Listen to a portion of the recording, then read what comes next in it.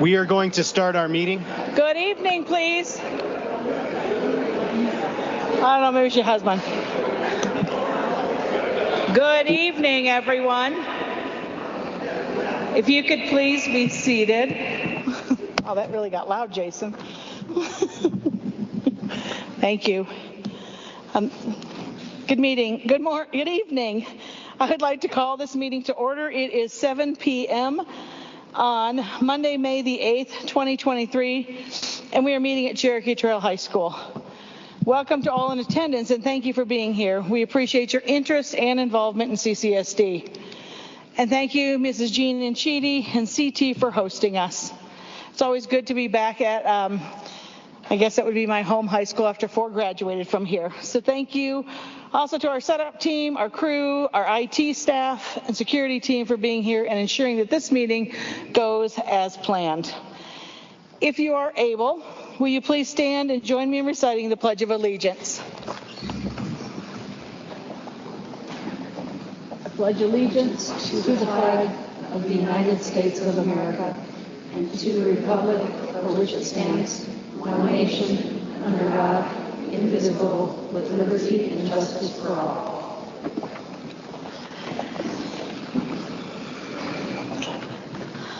On behalf of this board and the Cherry Creek School District, I would like to acknowledge that this meeting is being held on the ancestral and unceded lands of the Cheyenne, Arapaho, Ute, and Osheti-Shekowee people who stewarded it for generations. The Osheti-Shekowee includes 7 bands, so I would also like to recognize that over 40 additional tribal nations likely use this area, for trade, ceremonies, and social gatherings. So as we begin, may I have a motion, please, to approve the agenda for the May 8th, 2023 regular Board of Education meeting? I move to approve the agenda for the May 8th regular Board of Education meeting. Thank you. Is there a second? Second. Is there any discussion? Thank you. Roll call, please. Directors Allen. Aye. Bates. Aye. Egan. Garland. McDonald. Aye. Thank you. That motion carries. May I now have a motion to approve the minutes for the April 7th, 2023 Special Board of Education meeting? I move to approve the minutes for the April 7th, 2023 Special Board of Education meeting. Thank you. Is there a second? Second. Thank you. May I have the roll call? Any discussion? May I have the roll call, please? Directors Allen. Aye.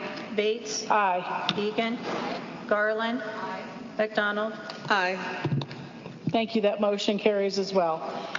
Now may I have a motion to approve the minutes for the April 10th, 2023 regular Board of Education meeting?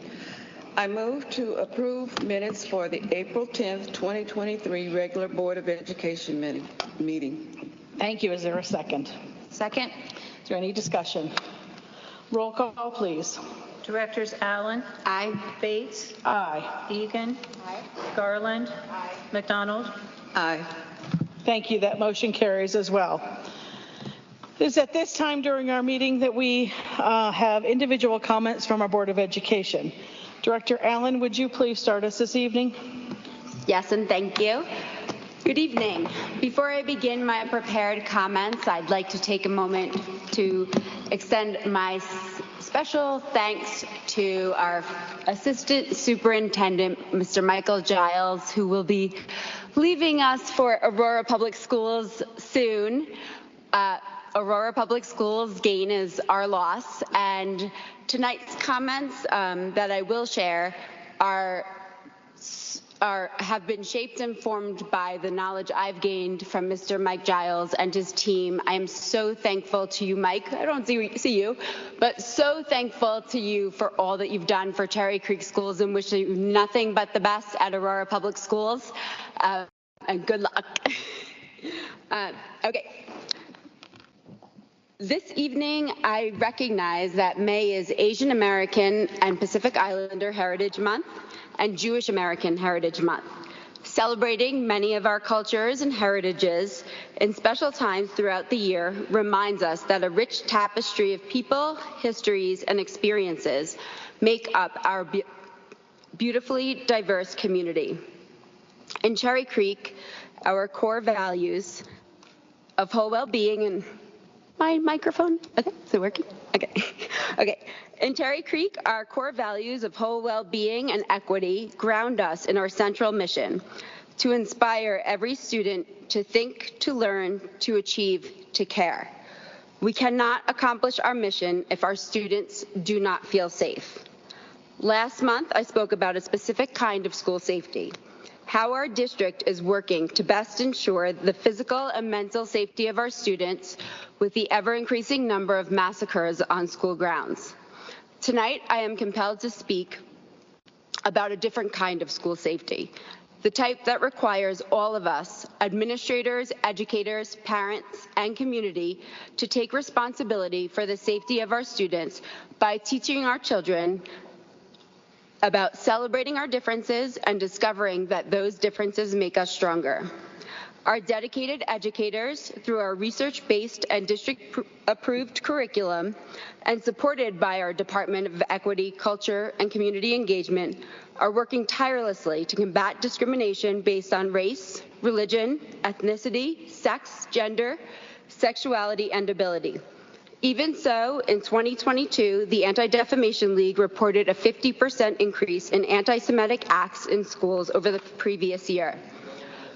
Recently, one of our schools experienced an anti-Semitic issue involving some of our students. The school's response was swift and comprehensive. Discriminatory words and actions by anyone in our schools negatively impacts everyone in our schools, educators and students alike, regardless of who is on the receiving end. Since the recent anti-Semitic incident, I have had countless conversations with district and school administrators, parents, community members, and students. As we deal with increasing issues of anti-Semitism, anti-Muslim hate, racism, and all other kinds of intolerance, we must continue and expand our proactive work to ensure every child feels safe, seen, valued, and represented in all academic subjects. Only then can we accomplish our central mission. When we address a specific incident of discriminatory language or conduct aimed at one marginalized part of our community, our proactive work in furtherance of our anti-discrimination policies does not stop. Any community that's vulnerable to hate crimes against people of the Jewish faith is a community that's vulnerable to hate crimes towards people of other faiths and towards people of all historically underrepresented and marginalized groups. The more we teach and learn about each other, the better we are able to ensure each child feels safe and supported. Educating students about hate and our anti-discrimination policies is one component of ensuring our students feel safe. It also includes imposing proper discipline in cases where students are unwilling to abide by our policies. Discriminatory language and actions against any student cannot be tolerated. Discipline for violations of our anti-discrimination policies must be consistent and appropriate to address the serious nature of the infraction. The consequences of discriminatory infractions should be publicized and provided to both students and parents so that if a student violates our policies, the result comes as no surprise. I also continue to hear that equity and diversity are dividing us, but we do not do school in a bubble. Students are at school only part of the time. Beliefs are influenced by social media, peers, parents, and community.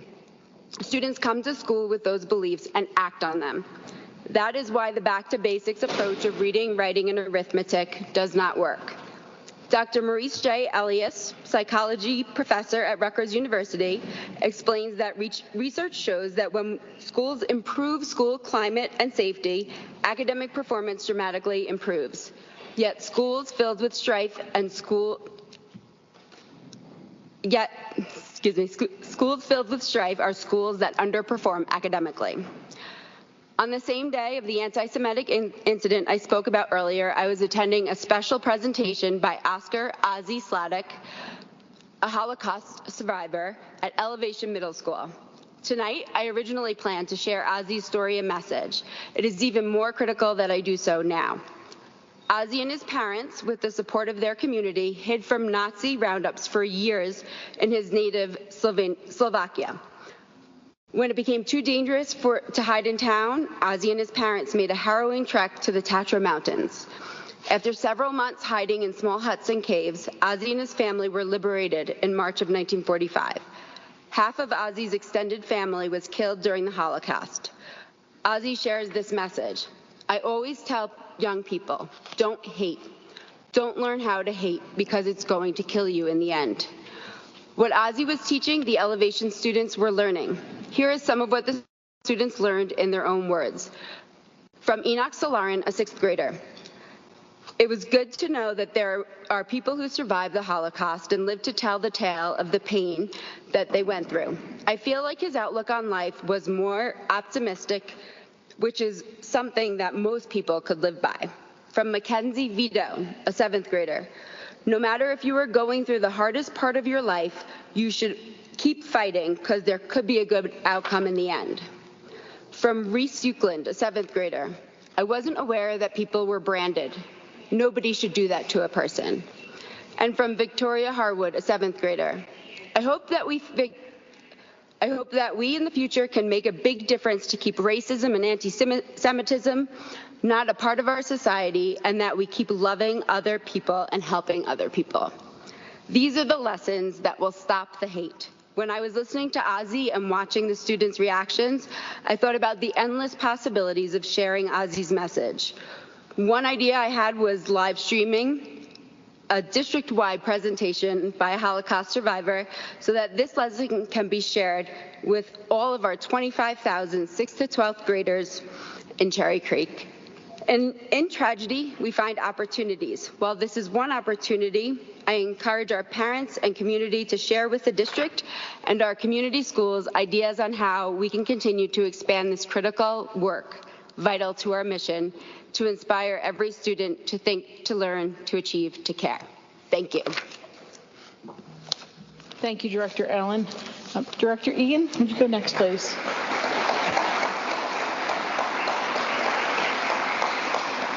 Good evening, and thank you for being here. We appreciate Cherokee Trail High School and Principal Jean and Sheedy for hosting us and the efforts of our safety, security, and technology teams preparing for these meetings. We've had some very special district celebrations since our last meeting. I was proud to help Dry Creek Elementary celebrate their 50th anniversary with over 500 guests. Principal Kevin Watanabe shared a Dry Creek walk down memory lane. Construction began in 1971. The school opened its doors on September 11, 1972, and it has had 3 mascots, the hippo, dolphin, and now the explorers. Dry Creek is the 12th elementary school in the Cherry Creek School District, and it remains the only open concept school with many renovations throughout the years to enclosed spaces. The Cherry Creek Innovation Campus's second-year infrastructure students built 5 tiny homes this year, bringing our total in that community to 21. The homes went to the Colorado Village Collaborative on April 27th, with CCIC students returning the following week to install porches, ceiling fans, and most importantly, meet the residents. As part of CCIC's goal of authentic learning, these homes meet all Denver home building requirements and are fully funded by donors and industry partners who support the CCIC and the collaborative. Please check out the 9 News story on CCIC's tiny homes from last week. The District Accountability Committee held its final meeting of the year last week. District Legal Counsel Sonia McKenzie gave an update on the process and timeline for updating CCSD board policies. From the Curriculum and Instruction Department, Dr. Paul Krabari and Dr. Dominique Jones presented initial curricular changes for the pilot 5th grade Human Growth and Development Unit. More feedback and parental and community involvement will be gathered over the next 3 months before presentation to this board.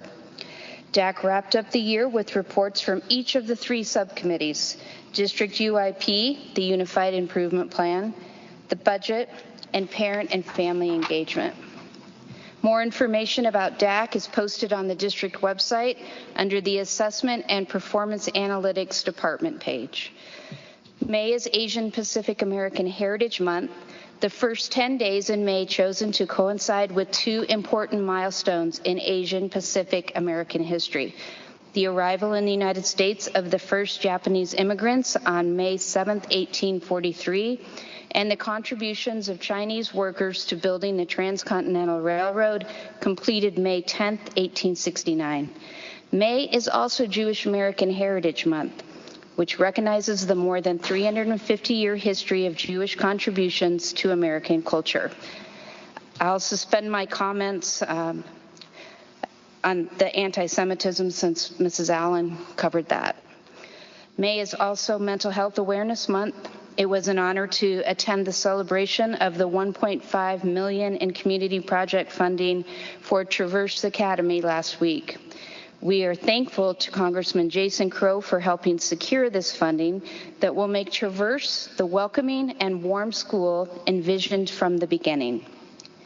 Universal Preschool begins in fall 2023. Register now for free and high-quality pre-kindergarten. Please check the district website to register and/or to apply for teaching and para-educator positions in the Cherry Creek School District. Kids do have to be 4 years old on or before October 1st to register. This spring, Cherry Creek High School writers for Creek's Union Street Journal received 7 awards for their work in 2022 from the prestigious Golden Circle Awards program under the Columbia Scholastic Press Association. And Cherry Creek's Future Business Leaders of America have partnered with Fathom Events to provide members of the club with the unique opportunity to gain hands-on experience in the business of Hollywood movies. Heritage fifth graders are working on understanding virtues such as patience, kindness, and positivity as a way to becoming their best selves. As one student shared, virtues are important because they help people who are struggling to be kind and learn how to be supportive of each other and be good people in the world. More than ever, it's a very, very good reminder for all of us to walk gently in the lives of others, as not all wounds are visible. Many heartfelt thanks to the teachers and school nurses in the Cherry Creek School District. We truly appreciate all you are to our students and families and staff. Also, congratulations to Mr. Mike Giles. You will be missed. I wish you all the best during this season of important accomplishments, celebrations, and graduations. This concludes my comments. Thank you, Director Egan. Director Garland, if you would go next, please. Thank you, Director Bates.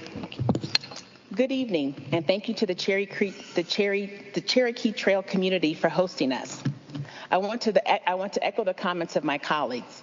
Our district has no place for any type of hate. The foundation will be hosting a charity golf tournament on Monday, June 5th at the Ridge at Castle Pines North. Pricing is $1,400 for a foursome, and proceeds will continue to support Cherry Creek schools and students via the foundation's programming. CBS Colorado recently did a story on the sneaker design school project at Sunrise Elementary and Summit Elementary. The project was led by art teacher Allison Smith and was partially funded by the Educator Initiative grant from Cherry Creek Schools Foundation for the supplies, curriculum, and more. Students learned skills such as sewing, 3D printing, as well as design concepts. The story can be found on the CCSD website at cherrycreekschools.org. I'm excited to announce that I will be seeking re-election as the Cherry Creek School Board Director representing District C. I am a proud product of public schools, and I am public school proud, and an unapologetic advocate for Cherry Creek and our entire community. President John Quincy Adams stated, "The whole people must take upon themselves the education of the whole people and must be willing to bear the expenses of it. There should not be a district of 1 mile square without a school in it, not founded by a charitable individual, but maintained at the public expense of the people themselves." It has been an honor and a joy to serve this educational community. being able to advocate and administer around growth mindset, equity, relationships, whole well-being, and engagement while keeping our district's commitment to excellence has been a learning experience for me. I have lent my voice to questions to increase school safety and security while ensuring the whole well-being of all children. Voiced support for the one-to-one technology model while advocating for families who lacked web access, and championed our nation's first one-of-a-kind mental health day treatment facility and school. It is my honor to continue the legacy of excellence and to continue to be a voice for students in the Smoky Hill area and across the district. It has been my life's work with youth that brought me here. I want to thank the cutest and smartest man I know, my husband. Stand up, honey. I want to thank you for always filling in the gap when I have meetings and events. And to my children, the Fab Four, just stand up one time and wave. You can sit down now, that's all. Thank you for your grace and understanding as I work to not only be a voice for your educational experience, but for that of every single student in this district, no matter who they are, where they live, or how they learn. To Assistant Superintendent Mike Giles and to our graduating seniors, best wishes, and I want to share with you a bit of Nipsey Hussle. All your life, you've been grinding all your life. You sacrifice, you hustle, pay the price. You won the slice, you got to roll the dice. That's why all your life, you've been grinding all your life. Aurora's gain is not our loss. A rising tide floats all boats. It's time for the baton to be passed on. Your legacy here in this district is permanent and undeniable. Our neighbors too will get to experience the spirit of excellence. Good luck. That concludes. Thank you, Director Garland. And Director McDonald, please. Thank you, Mrs. Bates. Good evening, everyone. Well, we are on the last stretch of 2022-23 school year, and I'm on the last stretch of my term. And for those of you that have graduating seniors, congratulations, you made it. In Cherry Creek, there are many celebrations and events throughout the district, and I hope that you are all taking advantage of some of them. On April 18th, I attended Leadership Cherry Creek at Overland High School. Mrs. Sybil Booker, principal. We were welcomed by the assistant principal, and then the presentation began. The presentation this month was on gifted and talented. Dr. Rebecca Lopez, director, however, was unable to be there, but Dr. Tony Poole presented. Dr. Poole first shared by informing us who is gifted and what the identification process is. He went on to discuss programs and process, trends in GT, and current initiatives. Also, he talked about disproportionality and GT by race, and of course, everyone's friend, funding. There were approximately 45 participants in this year's class, and they had great questions, and Dr. Poole had the answers. Also, on April 18th, I attended Aurora Scholars. The program was held at Aurora's main public library. Opening marks were given by Mayor Mike Kaufman, and Cherry Creek School District Director of Elementary Education, Heather Woodward, also gave remarks. Asia Fox, Aurora's poet laureate, recited a poem for the students and families in attendance. There was much excitement and pride in the room. There were 122 students from across Aurora who were selected by their schools as 2022-23 scholars.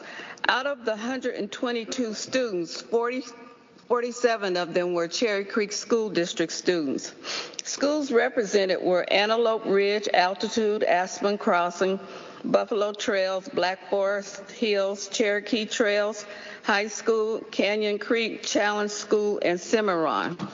And some of their administrators also attended with them. I am keenly aware where I am that I am reporting on Cherry Creek School District, but there was a little second grade student from Clara Brown Entrepreneurial Academy by the name of Amari McDonald. I not only was proud of Cherry Creek School District, but I was equally proud of my great-granddaughter.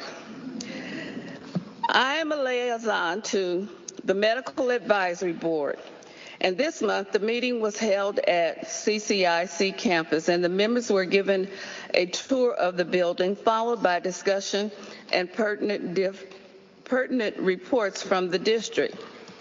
I also attended Long-Range Planning Committee last month, and I gave a report as well as other district representatives. These two committees this year were assigned to me, and this will be my last time serving on those committees. Lastly, I attended Heart Springs Showcase at Polton Elementary. The morning was all about trauma-informed education. Our partners, Kaiser Permanente and Thriving Schools and Resilient Futures, along with teachers and students, presented a day in the life of students. Resilience Futures' mission is to cultivate radically inclusive, compassionate, and empowered communities through trauma-informed, equity-centered work designed to drive sustainable change. Trauma-informed equity approach is to relate, reflect, restore, and renew. There were various classes showcased. My assigned class was with second grade teacher, Mr. Askoff. Needless to say, it was quite an impressive demonstration. However, I couldn't sit in the little chairs and did not sit on the floor. However, trauma-informed learning can be invaluable for early childhood by giving a child a foundation with self-regulation, coping with stress, learning and developing positive relationships. My group then moved to music, and again, the demonstration was remarkable. The morning ended with presentations from Cherry Creek School District Mental Health Leadership and Resilient Partners.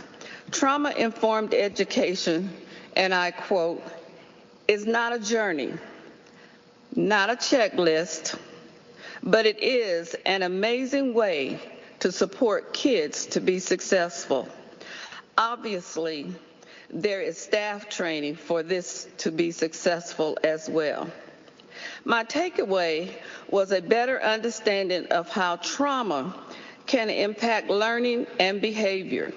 When an educator is mindful of what a student's behavior may be telling them, then they can reflect on their teaching practices and use various strategies to support.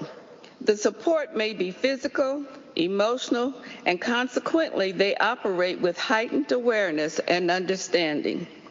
Participating schools and teams that are involved in the Kaiser Thriving Schools grant are Prairie Middle School, which was one of the very first schools to be involved. They received a grant in 2017.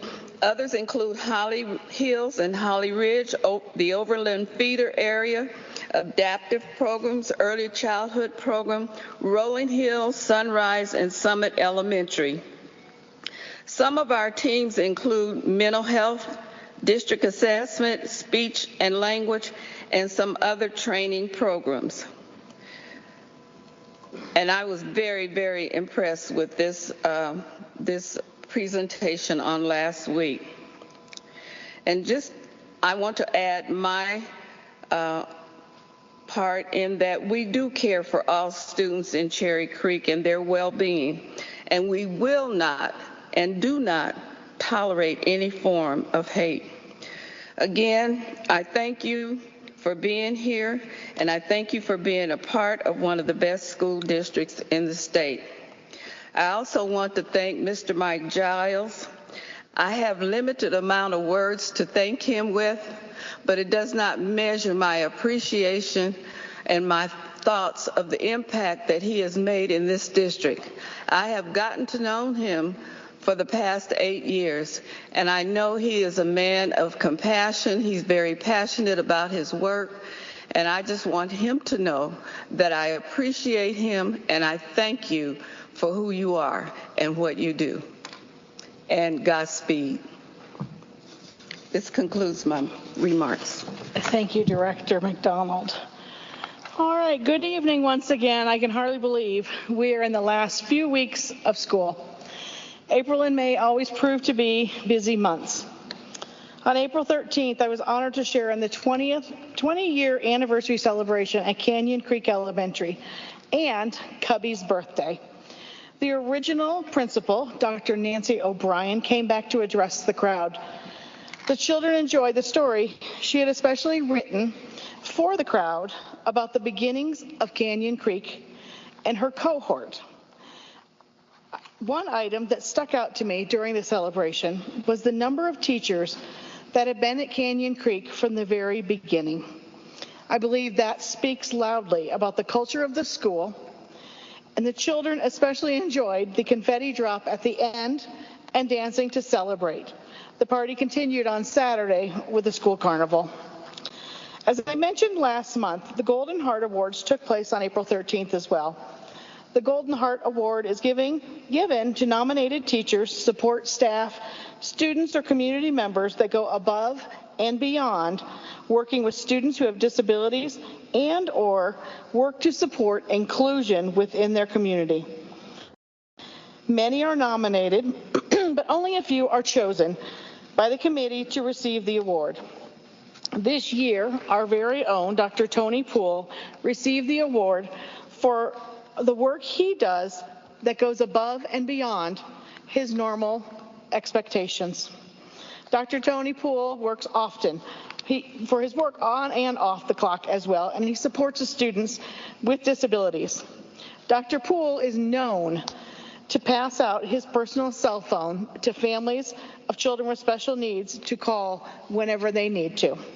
So congratulations to all the recipients, but especially to Dr. Tony Poole.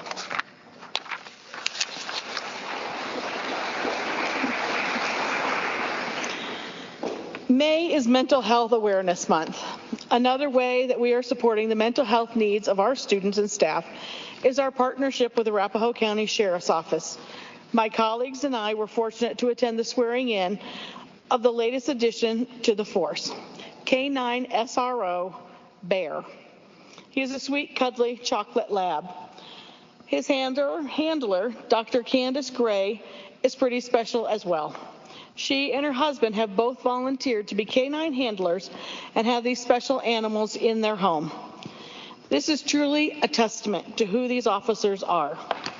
Shortly after Bear was sworn in, he was off to duty visiting students in our schools. Bear and Riley, who was already sworn in, will be seen in our schools regularly. These animals provide a sense of calm to our students and staff. To watch a student who is in a meltdown turn his attention to an animal, sit down and pet the animal, the dog himself, and then be able to self-regulate to go back into the classroom is magnificent. This is what we want. We want our students in the classrooms. On May 1st, my colleagues and I attended the first ever Future Educator Signing Day.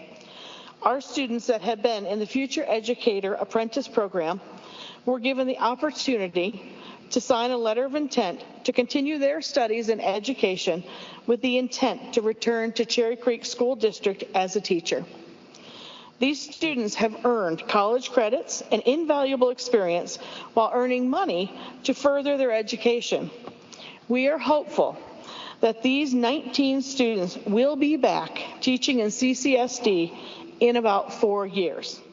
This program is run through our CTE program and also out of CCIC.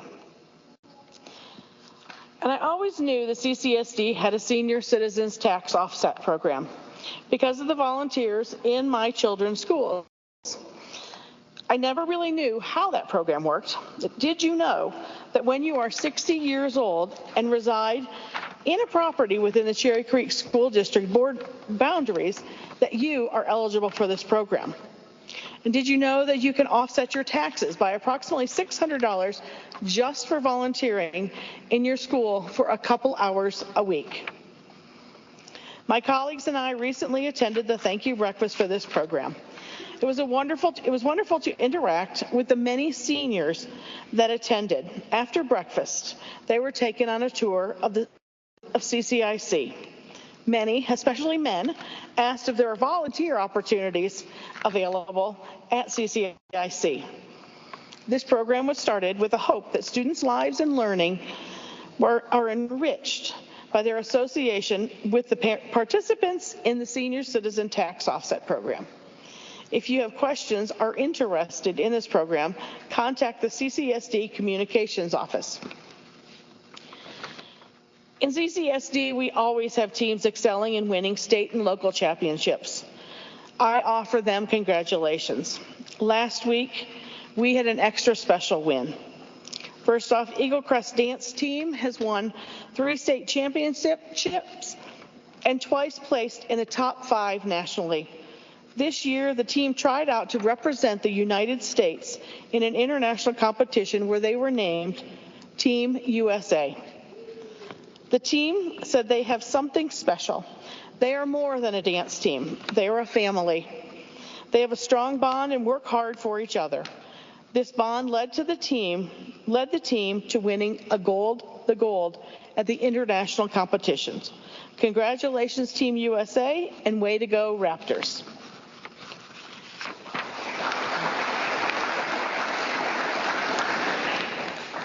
Thank you, Mrs. Garland and Mrs. Egan. Both of you have committed now to running again for your position on this board. Thank you for choosing to run and volunteer your time and support the 53,000 students in this district. I appreciate your dedication to CCSD. To the families with seniors, congratulations. You are almost done. I look forward to celebrating all of you in just a few weeks. And finally, Mr. Giles, congratulations on your latest appointment to Superintendent of Aurora Public Schools. Thank you for your service to this district, the way you have led our equity department, and thank you for your the way you treat everyone. And as we have learned, especially through working for you, Cherry Creek, as I want to thank you for what you have done for all of our students in marginalized populations. So thank you. We are lucky to have had you for the time you have been here, and we wish you well in Aurora Public Schools. Often, as I mentioned during my reelection 2 years ago, almost 2 years ago now, I often mentioned the marginalized groups and the support that I gave to those marginalized groups. And I just want to say again this evening, as all of my colleagues had said, Cherry Creek is not a place where we tolerate hate. So thank you all. I appreciate you all being here, and that concludes my comments for the evening. So now is the time we get to actually have some fun and see our students and listen to our students and how they are, and how our students are progressing in our district. So if Devontae Mans Davis from Canyon Creek would please come to the podium.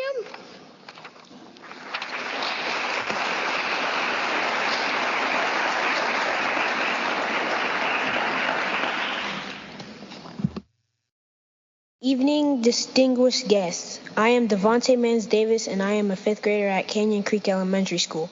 When I think about CCSD's core values, I first think of equity.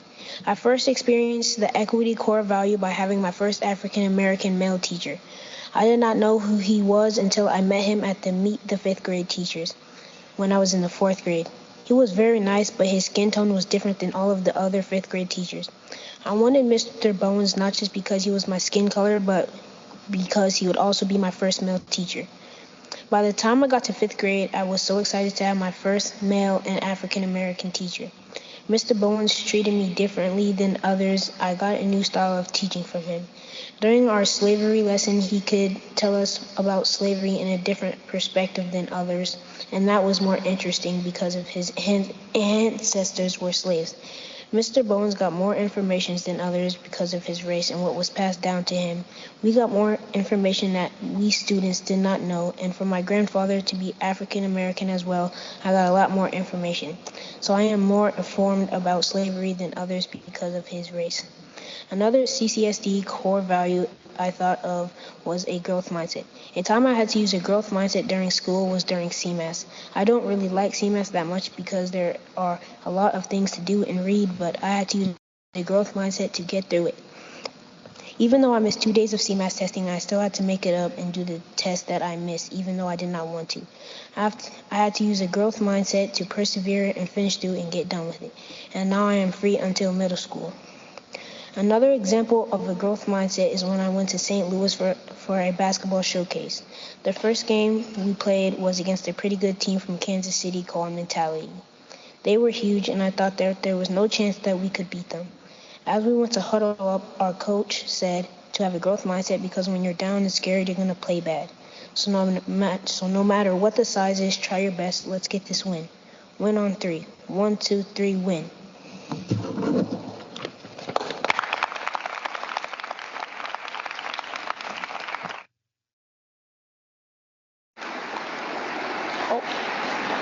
Thank you, Devontae. Oh my gosh, did you forget? I was going to ask you to talk to you a little bit.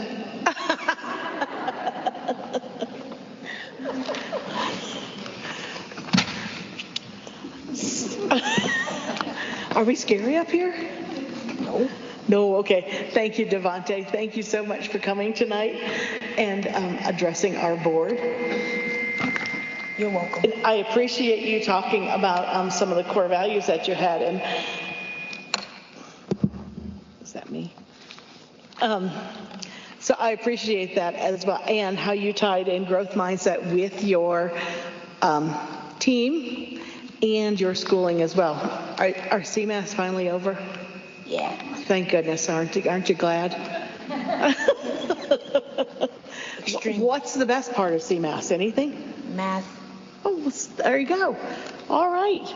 Well, thank you so much. And I know, was it really good this year having a male teacher? Yeah. A male and a black teacher? Yeah. Great. I'm glad that worked out for you. That is awesome. Thank you so much. You're welcome.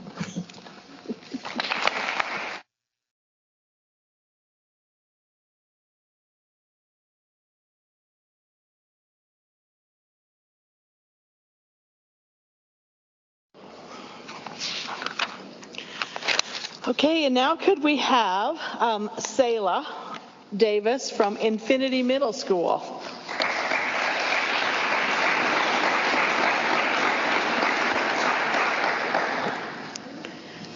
Good evening. My name is Selah Davis, and I'm a current 8th grader at Infinity Middle School and an incoming freshman here at CT. I'm here today to tell you all about my experiences throughout middle school. At the beginning, there were definitely some rough patches, such as COVID, but as the years went on, I realized how great of an environment I was in at Infinity.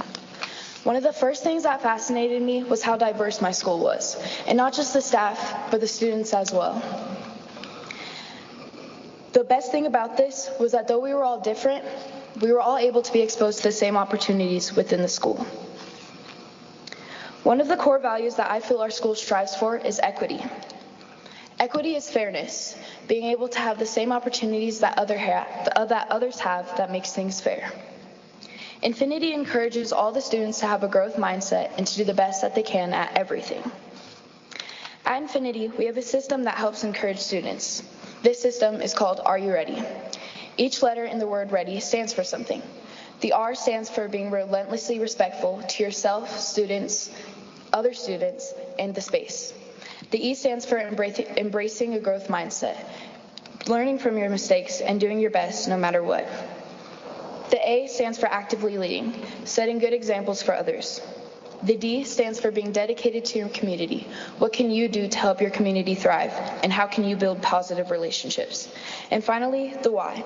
The Y stands for your own impact. How can you impact others? And how can you be aware of your impact? This system provided a constant reminder to my classmates and I to stay positive and to be the best person that you can be. I have built many different relationships throughout my years at Infinity.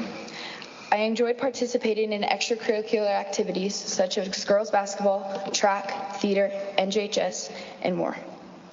Through these, not only have I met people, but I was able to learn and create relationships with them. With creating these relationships, I learned from the people I was around, and I also became a better person. Overall, being a student at Infinity has encouraged me to develop my character and be a better person, but it also helped me help others become better people. Thank you.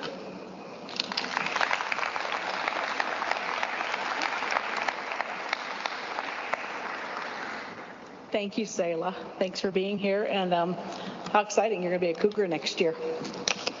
Are you ready for that? Of course. Of course you are. You're ready. Are you ready to be done with middle school, I suppose? Almost there. Almost there. Hey, can you give me an example of how you were, the dedication for your community and how you impacted your community? I participated in National Junior Honor Society, and we had to get in a certain amount of service hours, so I was able to help my community by doing my service hours. What kind of service hours did you do? I did a couple hours with Web, Where Everyone Belongs, and I gave the 6th graders a tour, and then I also helped my mom's school.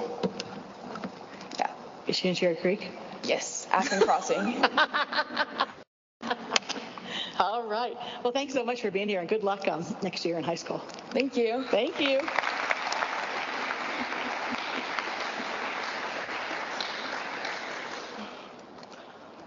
Okay, and finally, we have Mackenzie. Is it Connaughton? Thank you.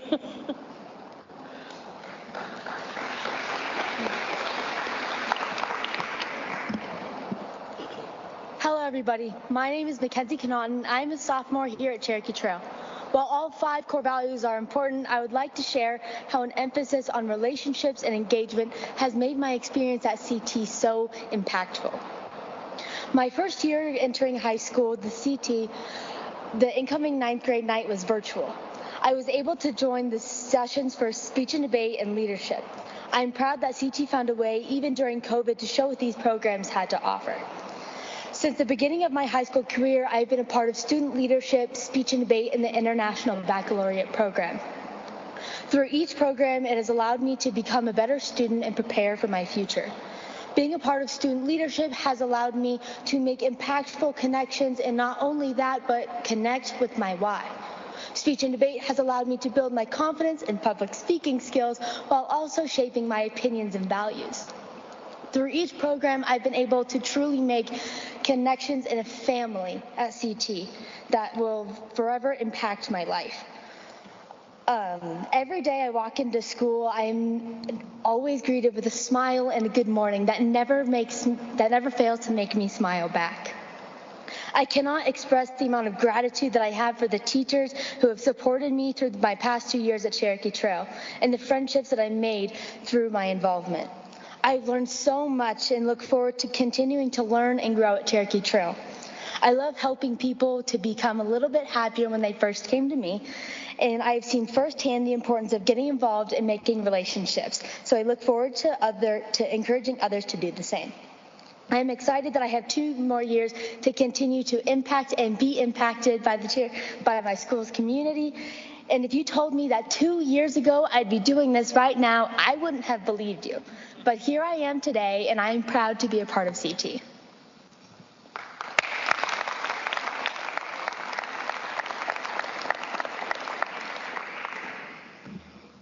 So, Mackenzie, you're a sophomore? Yes, ma'am.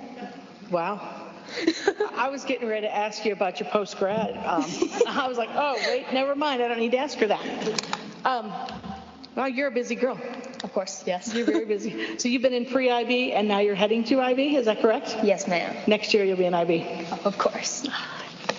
That is very exciting. That is, I think that's a program where you really build relationships in that program. So thank you so much, and you should be proud of yourself getting involved in so many clubs and keep yourself busy. There's no time to get in trouble, is there? Yeah, that's true. All right, thank you so much for being here. Thank you.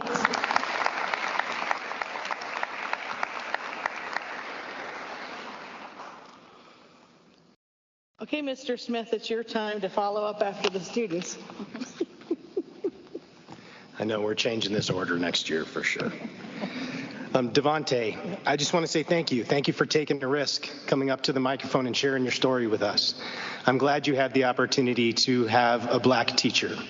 That is one of our goals in the Cherry Creek School District, and you just reiterated why. Because it's important that our students see themselves in those who teach them and those who lead them. But the other piece that you shared also was the historical perspective that only those individuals can share. And not only do you learn from that perspective, but all students learn from that perspective. Thank you also for having a growth mindset, both in the classroom and on the basketball court.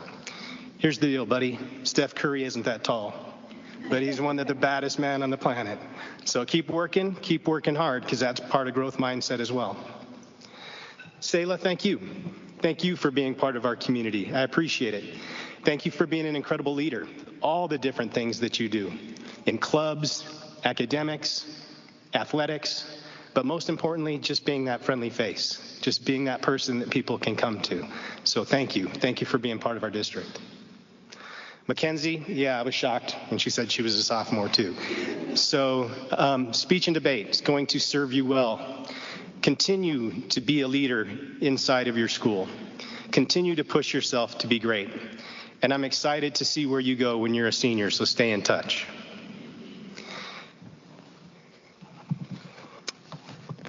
May has a couple weeks for our school staff.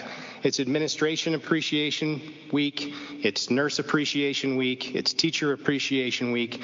So I would just like to say thank you for all of our staff, for all that they do, because they are what makes a difference in the Cherry Creek School District. I also want to thank Jean and Chidi and the CT staff for allowing us to be here. Thank you for hosting tonight. I also want to acknowledge Asian American Pacific Islander Heritage Month and Jewish Heritage Month. And it saddens me and disappoints me and frustrates me that my comments tonight are around hate. I want to address recent events at Campus Middle School. Following a Holocaust presentation on April 28th, we learned of students drawing anti-Semitic symbols, swastikas, on other students. Administrators investigated the incident and took immediate action. Multiple students are facing disciplinary action, and any other students found to be involved will also face disciplinary consequences. We do not tolerate hate in this district of any kind, against any group. And I want to share tonight that I am not naive to think that this only happens at campus. I know that students are microaggressed across this district. When I became superintendent, I had the opportunity to meet with constituents and ask a question. What would it look like if your child is thriving in the Cherry Creek School District? What came back to me was growth mindset, believe in my child. Equity, every student's journey is different.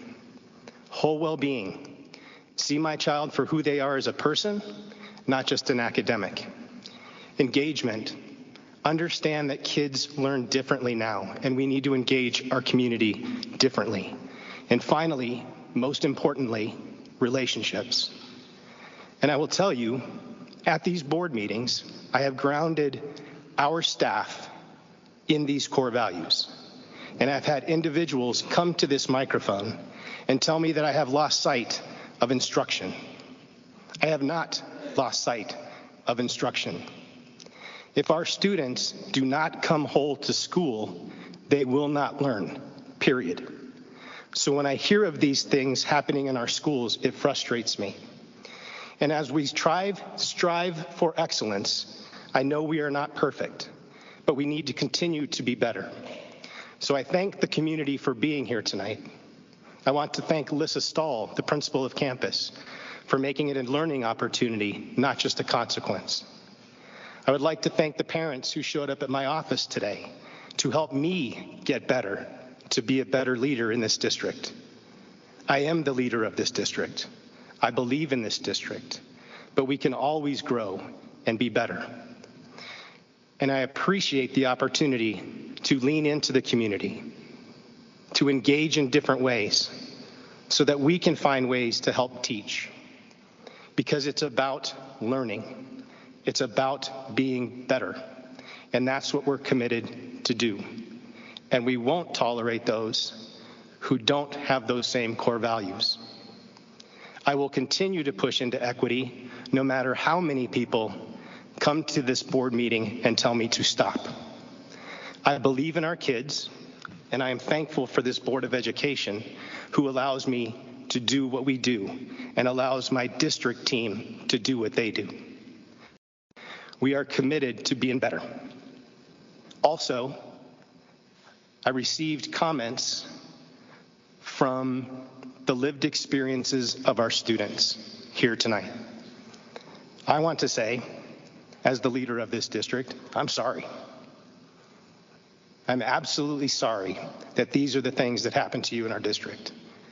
And as I just stated, I am committed to making us better. But I ask that it be a partnership, that we work together. Because here's what I also know. I look at how divided our society is right now. And schools can't do it by themselves. Our students are bombarded by hate and violence. And honestly, sometimes scared to come to school because of that. So then you layer on intolerance, it becomes very difficult. So I ask you to team with us, and I ask you to partner so that our students can be safe. And again, I'd just like to say thank you for being here this evening. To Ms. Garland, thank you for allowing me to do what we need to do inside of this district.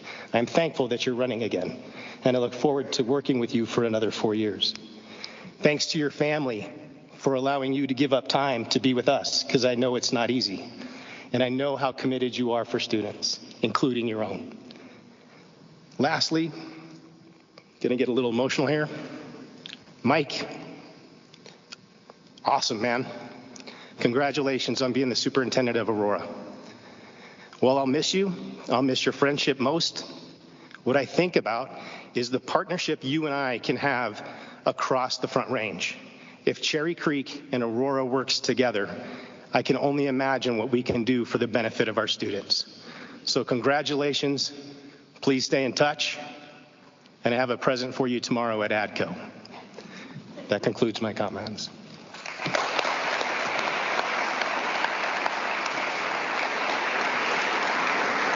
Now I'd like to introduce Dr. Jennifer Perry for our graduation presentation tonight.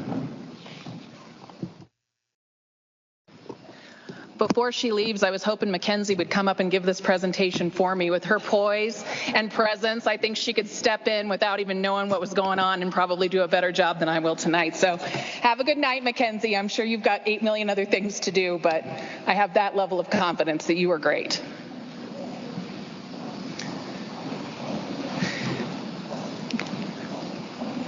Thank you, everyone, for joining us this evening. Thank you, President Bates and board members. This is such an exciting time as we come to the end of a year. While this sometimes is referred to as our feel-good report, really, it's all the other reports that we've done all year that are in service to this group of students. Whether it's safety and security, curriculum and instruction, health and wellness, and the list goes on, all that we do is really into the service of our 53,000 students. Tonight, we're celebrating accomplishments and students of our senior class, but they really are representative of the 53,000 and also examples of the 4,000 plus seniors that we'll shake hands with and wave goodbye to in these coming weeks. So to start, partly because it's the honor of our location, but they're also alphabetically first, Cherokee Trail High School has some points of pride. that we wanted to share this evening. There's 307 seniors that took 657 AP exams this spring. 104 will receive an AP Scholar Award, 6 AP Seminar and Research Certificates, 18 AP Capstone Diplomas, 106 seniors taking 405 IB exams. Mackenzie will no doubt be doing that in the next couple years. 67 IB Senior Diplomas and 25 non-diploma program students. The graduation rate at CT is the 4th highest in the state. Jean and Chidi and her team hit a graduation rate of 97% this last year. Unity Week and other Spirit Weeks that have highlighted the strength and school relationships, and their athletics and activities team is dedicated to the whole well-being of students. Some of those awards that are just briefly and will be captured later are the Palms 5A Jazz Championship and National Merit Qualifiers and state officers and activities. One senior from CT, Sigda Kumar, said, "From the moment I entered Cherokee Trail High School as an eager freshman, I have felt continuous support, but more so challenged. Whether intellectually or critically, CT and its wonderful community of staff, teachers, and students has allowed me to grow as a student and inspect the world around me from various lenses. I am glad to say that as I move beyond high school, I will always look to see the world from different perspectives and challenge myself, while simultaneously growing as an individual and encouraging those around me to do the same." Points of pride from Cherry Creek Elevation, our online school. This is the first year, if you're unfamiliar with Elevation, the very first year they were open, they had about 125 kids total in high school. The next year, due to COVID, they jumped to 11,000. The next year, they dropped back to 1,000, about 600 kids in high school, and this will be their first year of a graduating class with a full cadre attending all 4 years at Elevation, and they've had a significant increase in their graduation rate over that time. They also have their first National Merit finalist this year. They've expanded their after-school and online activities and clubs and field trip opportunities for these students who are online so that they can come together and engage in different ways. And their student engagement survey results are over 80% of students consistently reported being happy at Elevation and participating in the class and activities. Jolie Brown, senior at Elevation, said, "My future goals are to attend a 4-year university, major in architectural design, to study abroad, attend grad school to receive my master's degree, and begin working in a prominent firm. I am encouraged to pursue architecture because I love to draw and create, and I am inspired when I see incredible homes people have built. There is only one licensed Black female architect in the state of Colorado, and I hope to change that." Points of pride from Cherry Creek High School. Cherry Creek earned the John Irwin School of Excellence Award this year from the Colorado Department of Education. They were identified as a top school in Colorado by Niche and a top 250 STEM school in the country identified by U.S. News. A committee of students, staff, and parents did revision work this year to adjust the vision and mission to make sure it reflects the current students and values. And Cherry Creek hosted educators from around Colorado for site visits to include professional development and opportunities for networking. Student body president, TJ Hubble, said, "Being a part of Cherry Creek High School has been one of the greatest blessings in my life. The amazing Bruin spirit and the inclusive community that Creek has to offer are some of the most impactful things that I have seen or I've been able to experience at this school. Being at Cherry Creek has taught me so many life lessons and has allowed me to grow as a student, leader, friend, and peer." Points of pride from Principal Steve Day from the Cherry Creek Innovation Campus, which is a program that we have that pulls from students all across the district. Teacher Jim Doski was named USA Skills Secondary Advisor of the Year. The Uniquely Abled Academy program was launched for Level 1 autistic adults in the advanced manufacturing this year. Counselor Ryan Seeley was named ACTE Outstanding Counselor and Career Development Professional. The Automotive Pathway profiled in multiple media outlets. Cybersecurity 3 student Daniel Sobchak won $500 in a National Cybersecurity Center. There are students who've won the EOTY awards. We also provided 4,500 tours for our 8th grade students so they would understand what the opportunity at CCIC would be as they ascend into high school. We've had our growth in our apprenticeship and internship work, and we had a Black Hawk helicopter donated this year by United Rotorcraft. We have 2 seniors who've also done work at the CCIC. Troy McCutcheon says the best part of CCIC is the amount of career pathways you can explore, also learning to cook new dishes and working with others. And our senior Chloe Lindbergh said, my favorite part about CCIC is the fact that I can chase my dream and know that there are people who can help me get there. Gwen Hansen Behill from Eagle Crest wrote points of pride that the Eagle Crest dance team did in fact win the ICU Cheerleading World Championship and won the gold. Eagle Crest has been recognized by Special Olympics as a National Unified Champion School. The class of 2023 received 3 of the 25 Walter Scott scholarships that are awarded, and they have 146 AP scholars this year. Senior Chelsea Asibe said there is truly no place like Eagle Crest High School. It's provided me the unique experience of how it feels to be a part of something bigger than myself. The community here is incomparable. From the love to the spirit, Eagle Crest has never failed to provide me a loving family and equip me for future success. The biggest lessons I've learned as I leave the nest is that kindness and empathy lead to true success. From Carol Duran, principal of Endeavor, Endeavor Academy was named a performance-rated school for the first time by the state of Colorado. They had 1 student recognized with a scholarship from CBS 4 as a future leader in STEM. Endeavor Academy co-ed basketball team finished the season undefeated and won the league championship. And the leadership class planned and organized their first school-wide talent show since COVID. And if you didn't get a chance to see the video, the principal, Ms. Duran, wrote her own rap and was the star of the show, I need to say. It's pretty amazing. Senior E.J. Darrell Smith III said, how isn't as important as why? Dr. Lisa Roberts, the principal at Grandview High School, offered that they had 1 Betcher Scholar, 1 Daniels Fund Scholar, 2 military appointments. They added new courses in the past 2 years to include ethnic studies, African American literature, and women's literature. The Student Equity SOAR group hosted lunch chats with students and staff 3 times this year. They have a running book club that has author visits as part of it for the last 3 years, and Holocaust Survivor Speaker for Students that was hosted by World History this year.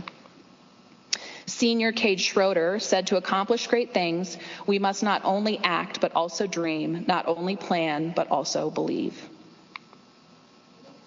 And Sybil Booker from Overland High School offered Senior Burkat Semjen took enough courses to complete his associate's degree from CCA, where he will actually graduate from the Community College of Aurora before he graduates from Overland High School in 2 weeks. Senior Reem Saeed received a Quest Bridge full scholarship. Noah Azuna and Iris Serrano received full Betcher scholarships. Overland is the only high school in the state of Colorado to pilot the AP African American Studies offered by College Board. Overland raised more than $20,000 during Wish Week for Make-A-Wish, and their staff wellness team has been instrumental in providing resources and programming for the staff to address healthy habits and mental health needs for the staff as well. Rima Saeed said, at Overland, we learn to not only welcome differences, but to celebrate them. Here, we learn to come together instead of tearing each other down.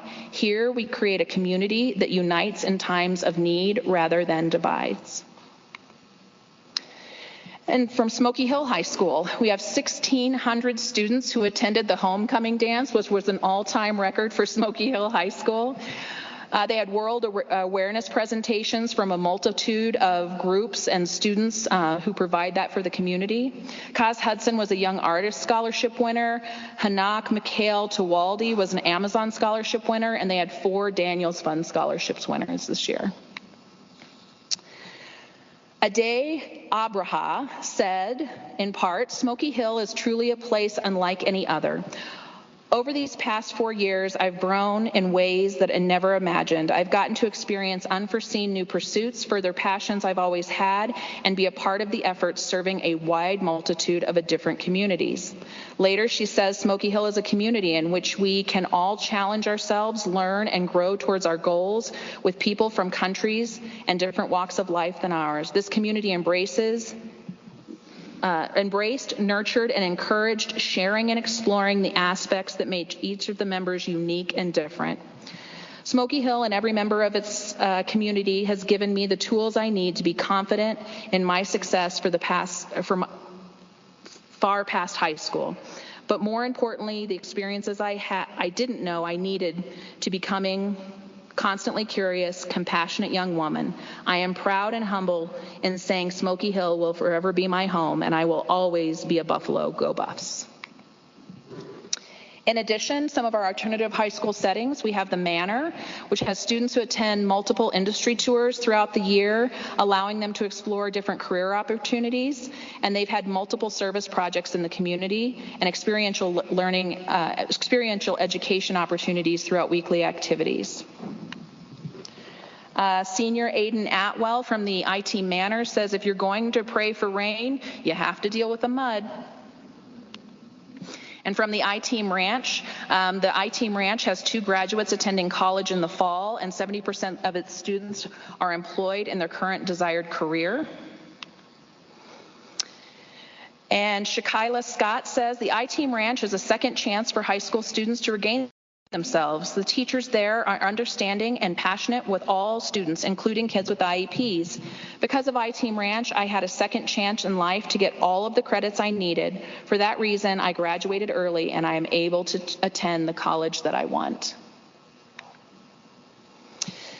So these schools, you're hearing about these amazing kids, and these schools are really like small cities, whether that's with job training and healthcare, nutrition services, and transportation. But they also have the arts and feel like a community with sports and athletics and community service. Here is a list that's not all-encompassing of just some of the athletics and activities awards won this year. We had a band all-state winner. We had a Bobby G Award for Sister Act, Cheer 5A state finalist, DECA Champion Thrive Campaign Award, Football State Championship, Golf State Competitor, Palms State Championship, Soccer Centennial League Champions, Tennis State Championships, Skills USA National Conference Qualifier, Volleyball Centennial League Champions, Wrestling Centennial League Champions, Wind Ensemble, Perfect Score, just to name a few. In addition, if you have not had the opportunity to go to our schools to see these children act and perform, it really is professional theater that you're seeing. The amount of talent and skill that our student actors demonstrate is unbelievable. And here are just a few plays that were put on this year. We had Legally Blonde, the musical at Eagle Crest. We had the talent show at Endeavor, Urinetown, the musical at Overland, Curtains, the musical at Grandview, Addams Family, the musical at Smoky Hill, Frankenstein at Cherry Creek, and The Play That Goes Wrong here at CT just a few weeks ago. And above and beyond on all of that, just as you heard from some of our students talking tonight, is the amount of community service projects that our students are engaged in. Again, I'm only going to name a few. The 5K Color Run, Colorado Feeding Kids, Covered Colorado Ornament Drive, Denver Women's Shelter, Leukemia and Lymphoma Society, March of Dimes, Parker Adventist Hospital Blanket Drive, Project Helping Kind Kits, Prom Dress Drive, Second Wind Walk, Supplies for Belize, Uniform Recycling, and Urban Peak Youth Teen Shelter. All of these and many more that our students are involved in and contributing back to the community that we call home every day. And so, this year, this Board of Education is going to have the pleasure with Superintendent Mr. Smith of shaking the hands of 4,444 seniors. We have 1,762 of those kids that have been with us since kindergarten, K-12 in the Cherry Creek School District. It's been an amazing year, and year to date, we're a little early.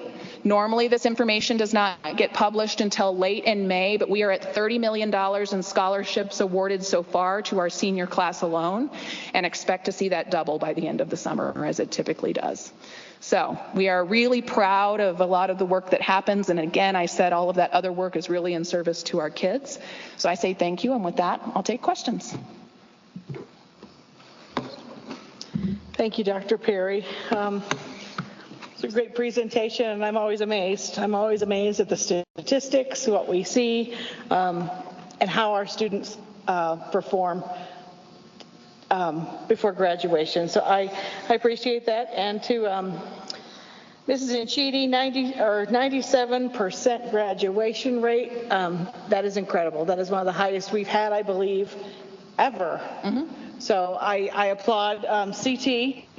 I know that their teachers, students, staff, deans, everybody here has put in the effort to make sure that our students are succeeding and getting to graduation. So I appreciate that. So, Director Allen, would you start, please, if you have any questions or... I used a lot of time tonight, so I just want to say thank you so much for the presentation and congratulations to our seniors and our admin and educators for getting them across the finish lines. Thank you. Director Egan? Thank you, Director Bates. Thank you, Dr. Perry. I've always loved this presentation, and my 4 students who went through Cherry Creek High School and showed up in that number as one of 4 of the kids that were there since kindergarten. It makes me think about how important it is that we have pathways for every kiddo that we have. And to Mr. Smith's point earlier, there is no one story fits all for our students. And so by making these opportunities available to our student body, we're really, that's where our excellence really shines. I would like to say that I did hear about the Overland student that would finish with an associate's degree before she ended up with her high school diploma. Just another testament to how impressive that is and how her pathway was allowed to unfold for her in that way. I don't really have any other thing to say, but I do also appreciate that you include the student comments as well in these presentations. It's important. It's important. Thank you. So thank you. Thank you. Director Garland? My only question is, I know kind of pre-COVID we had looked at shoring up kind of how we track our alumni a little bit better. Where are we with that process?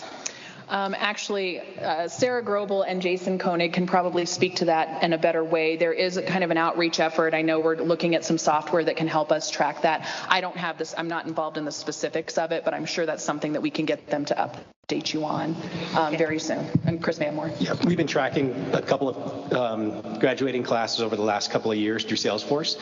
One of the things that we're talking about through this new platform is why do they want to stay in touch with us? We need to make that worth their while to stay in touch, and that's kind of the planning that we're having is what is the benefit for always reaching out to them and saying these are opportunities for you to come back to us and share what's happening after college, how can we get you in, how can we hire you as a teacher. So that's where we kind of are now. What's the benefit of staying in touch with us? Yes, thank you. And again, that's my only question. I just, again, want to just echo the comments of my colleagues about what a wonderful job we do and all the opportunities. And I'm a witness for those AP credits, for those concurrent enrollment credits. Saved us a few dollars this year on our college tuition. So again, just thank you for all the opportunities that you provide for all the students across our district. And thank you for also including the I-teams and Endeavor in this presentation and, as well. I think when we all need to meet all, and I know we haven't always presented those schools, so thank you for doing that. That's awesome. Thank you. Director McDonald. Thank you. I don't have any questions, but I can say that this is a perfect visual of our core values at work, and we have something to really be proud of. I think it's awesome concerning the scholarships that we have already. I mean, that is awesome. And as I said in my comments, this is the best school in the state of Colorado, and there's a saying that it's a poor frog that does not praise its own pond.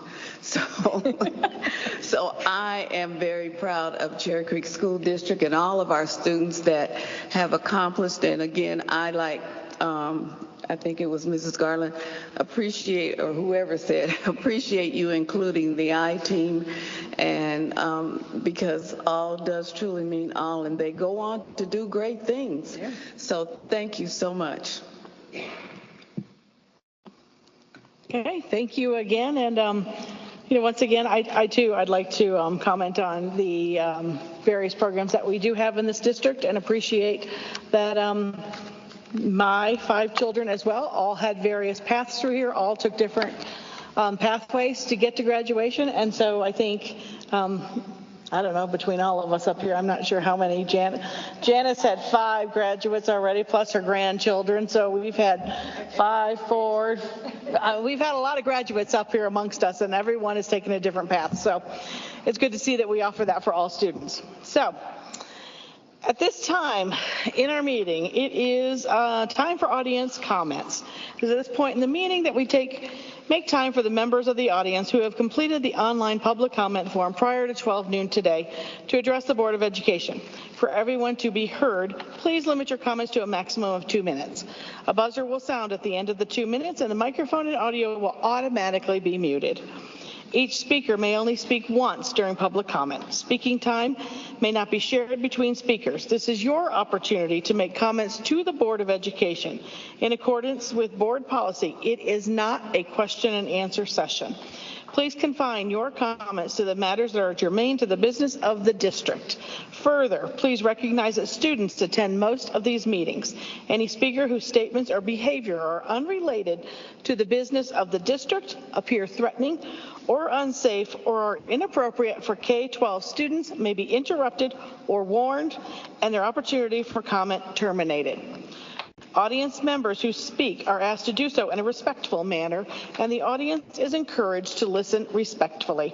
Any speaker or audience member who disrupts the good order of the board meeting, including the speaking time of others, may be asked to leave.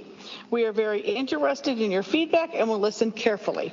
On behalf of this board, I want to thank you in advance of your comments for taking the time to come to tonight's meeting. Mr. Koenig, would you please invite the first group of speakers to line up? I'll call 5 people up at a time. If you can just line up in order behind the podium. Remember to state your name at the beginning. Ricky Moore, Savita Malik, Ruthie Knowles, Marla Rosal, Danny Stern. Go ahead. I can start. I'm Ricky Moore, Superintendent Smith, and the entire school board. I believe most of you sitting in front of me are parents, so I ask, what would you do if your child's classmate sent them a Snapchat video that said, "That's exactly the message my youngest daughter, who will graduate from Creek in just 15 days, received less than a year ago"? What I've heard countless times in the last 9 days from nearly 300 families is their shared concern about what is going on in the Cherry Creek district. Many of their kids have encountered very similar situations to my daughter's. Kids throwing pennies on the floor and telling the Jew to pick it up. Students yelling that to the Jewish kids that Kanye was right and that Hitler did not do a good enough job. You'll hear more from others that are speaking after me, but this is what is happening in the hallways of your schools. Our kids do not feel safe. Our kids are scared to say they are Jewish for fear of retaliation. Our kids are wearing their Jewish star necklaces under their shirts and hiding who they are. And that is why we are here. This has to change. You, as elected officials and representatives of the district, must make our schools safer for our kids. Our grandparents and our great-grandparents did not perish in the gas chambers or by the grace of God survive them so that their descendants would cower in the corners and hide being Jewish. I am asking that the following things happen in the Cherry Creek School District to make our kids feel safe again and to make sure that you are accountable for addressing the systemic, rampant anti-Semitism that is occurring daily. 1, we want a discussion about anti-Semitism on the agenda for the next school board meeting. We'd like you to create a board task force on combating anti-Semitism by the next school year. That work group would have administrators as well as parent and student representatives as a part of it. We would like you to provide a training program for teachers that is specific to modern day anti-Semitism and its manifest. I'm sorry, your time is up.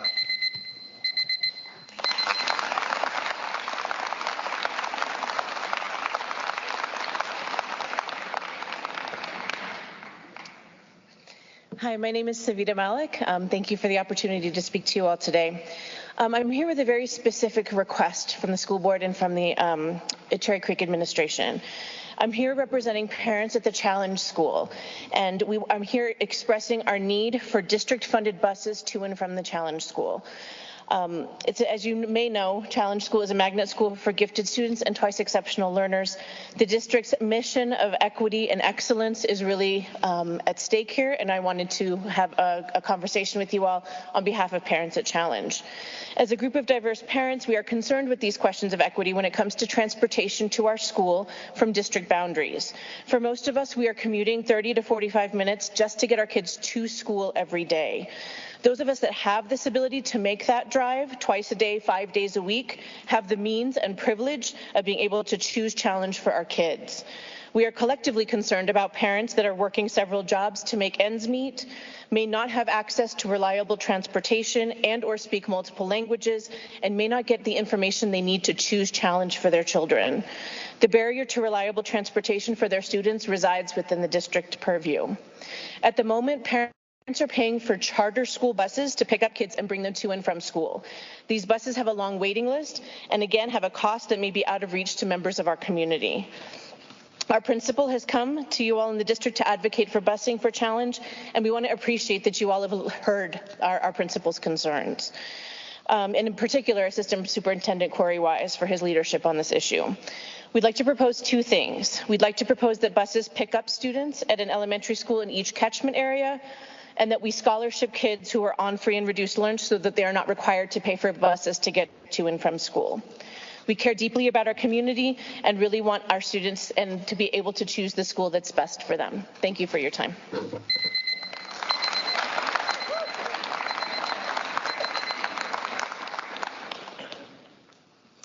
Good evening, I'm Ruthie Knowles. Tonight I want to recognize Joliet Learning Center. The Joliet program was originally named Intensive Treatment Program and has been part of the district since 2002. Over the years, Joliet has served numerous middle and high school students who needed additional support for their severe emotional disabilities. People who work there have a heart for this special population of students and worked hard to create a school environment where these kids can feel at home. As district leaders know, this is Joliet's last year, and I think if you talked with staff over at Joliet, you would hear it's been a hard year. They mourn their program ending, they mourn their team being broken up. The last several months, they have all been applying for other jobs in the district and will soon be spinning off into different directions. The staff have also been working at figuring out where the Joliet students will go next year. They will tell you that many of the students are sad to see the program close, a place that for many was the first place they felt seen and understood, a place they felt they belonged. We should celebrate the opening of a day treatment facility, but we can also mourn the ending of Joliet. We can acknowledge the hard work well done by a team that is soon dissolving, and we can thank them for deeply caring for some of our more marginalized students. I personally am sad to see Joliet end and hope our kids with severe emotional disabilities who need additional support will find a good place in the district to land next year. To the staff of Joliet, thank you for all the work you've done, for the passion you've had for this population of students. Hold tight to the relationships you have with each other. Be extremely proud of the work you've done. Stay in touch with each other, and may your next chapter be a wonderful one. Cheers.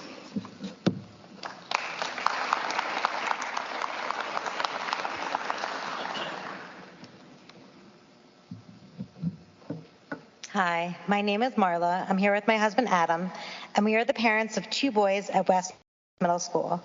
My purpose for speaking today is to share with the board some of the negative experiences my kids have had as Jewish students in the Cherry Creek School District.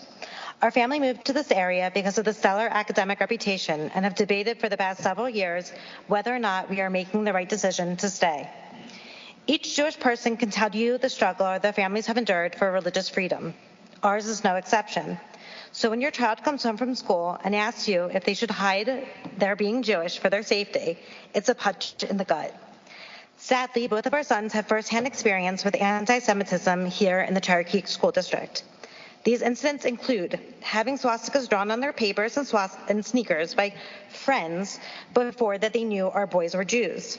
And then later, upon discovery, they were Nazi saluted, called kikes, and told to take a German shower, all on separate occasions.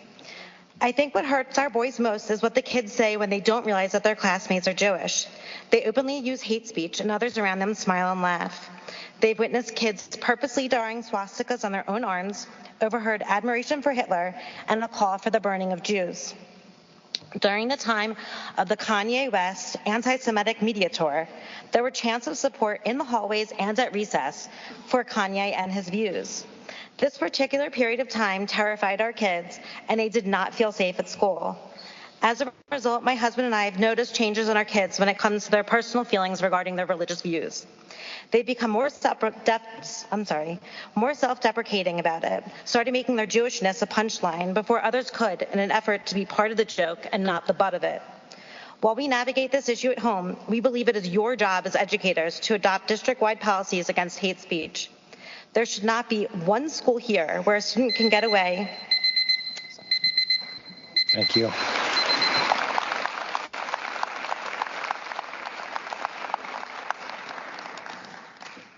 Good evening. My name is Jennifer Stern. My husband Danny and I have had a student in the Cherry Creek School District for the past 15 years.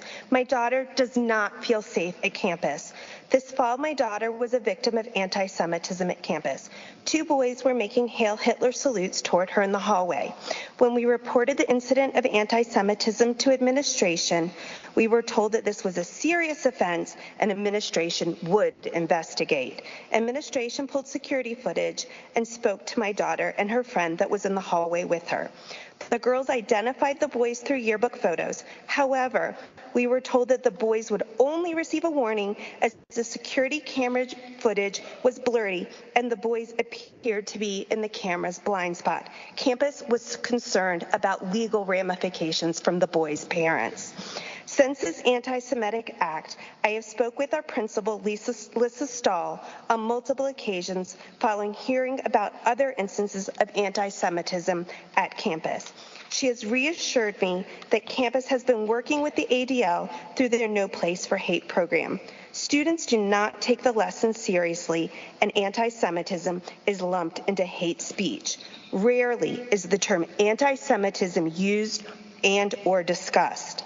A few days of at-home suspension and a day's lesson at the end of the school year with the ADL seem to be the only ramifications for hate speech. The students are not being held responsible for their anti-Semitic words or actions. Cherry Creek needs to change their policy and change the way anti-Semitism is addressed in our schools. Anti-Semitism, speech, jokes, drawings, actions should not be tolerated. It needs to be addressed head on. Use the word anti-Semitism, not hate speech. Consequences for those who perpetuate anti-Semitism in our schools and education to prevent anti-Semitism. Sorry, your time is up. Thank you.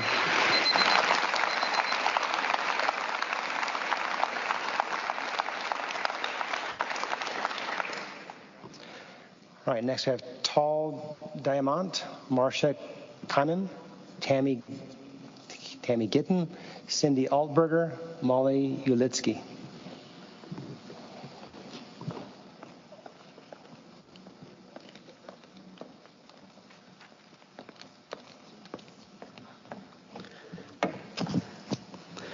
Hi, my name is Tal Diamant. I sit on the board of the Israeli American Council, who I know has been in touch with the district and representatives of ours and parents of ours. I know we're at the meeting this morning with Superintendent Smith. I know that we have a lot of anti-Semitism that is going around the country at colleges, at schools, and other places. A lot of us here in this room have kids in the Cherry Creek School District, have ourselves been through the Cherry Creek School District, and over the years have expected excellence in education and in taking care of our kids and safety. That's what we've been used to. We're now, as we can hear from a lot of parents, we're seeing it now creep into our schools and essentially into our homes. I can tell a bunch of stories that my own kids, both at West Middle School, have experienced, and in high school. The same kind of stuff that you've heard about, Hitler salutes, games during recess where kids are playing Nazis and are supposed to kill the Jews, all sorts of other just disgusting stories. I am convinced personally that there's not a huge wave of hate going through these schools, and that people are becoming violent and have malevolent intentions. I think a lot of it is social media, it's the environment, it's parents, and it's the schools.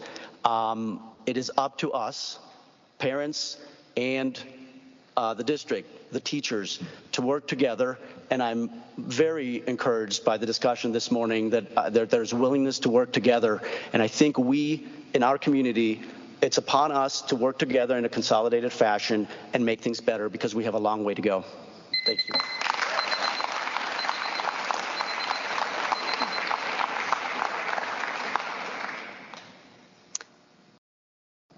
I am Marcia Goldsmith-Cammon, and I thank you for the opportunity to speak. I moved to South Shore 6 months ago and have 3 grandchildren in your district. I'm here not only as a resident of your district, but also as a concerned leader of Save the Aurora Reservoir nonprofit organization. STAR has been working diligently to address the safety concerns of the Civitas Crestone proposed Lowry Ranch Camp oil and gas project. This project is proposing to create 12 new well pads, 174 wells, and over 30 wells less than a mile from the public schools. There will be 3 miles of horizontal drilling underneath our home schools and reservoir. The project will cause higher levels of air pollution, increased noise and truck traffic, risk of toxic chemical leaks into our water sources, fire risk in our grasslands, and a variety of health-related issues. Research shows a positive correlation between adverse health impacts and our close proximity to oil and gas development sites. By increasing public education and involvement in this effort, we can give this community a voice to address our county and state commissioners to push setbacks of these wells further away from the schools. On our STAR website, SaveTheAuroraReservoir.org, we provide people with action items and ways in which they can learn more. I urge the district to take an active part in educating our community about the long-lasting impact that this fracking will have on our schools. Together, we can accomplish this task. Timing is critical. When Civitas resubmits their fracking application, the clock will start ticking for approval. Now is the time to effect change. The power to help make this project safer lies in the hand. Thank you. Your time is up.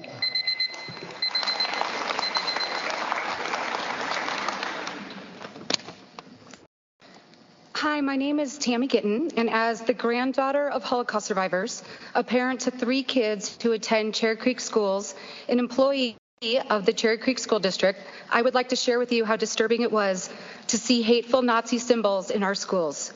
My 6th grade son sent me pictures last Thursday of swastikas etched into the walls of one of the bathrooms at campus.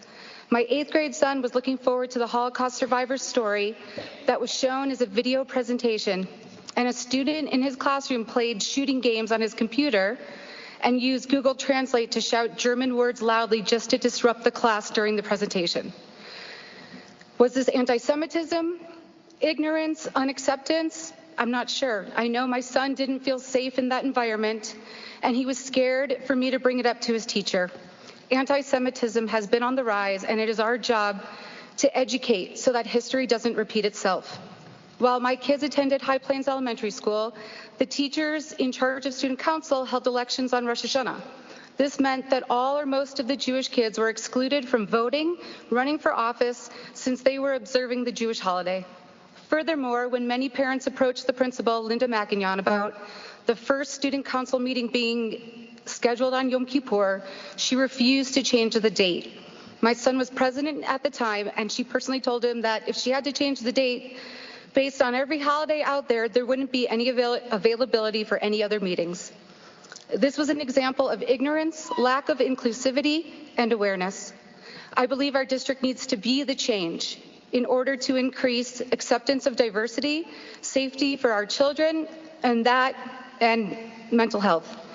Administration and teachers need to be trained and educated with specific curriculum. My hope is that this will continue to be discussed and implemented in all schools and grades.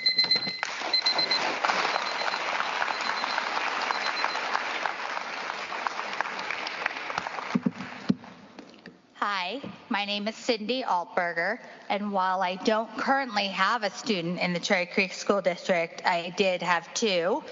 But I wanted to thank you all because I really believe that the administration sets the tone for zero acceptance of anti-Semitism and all forms of hate.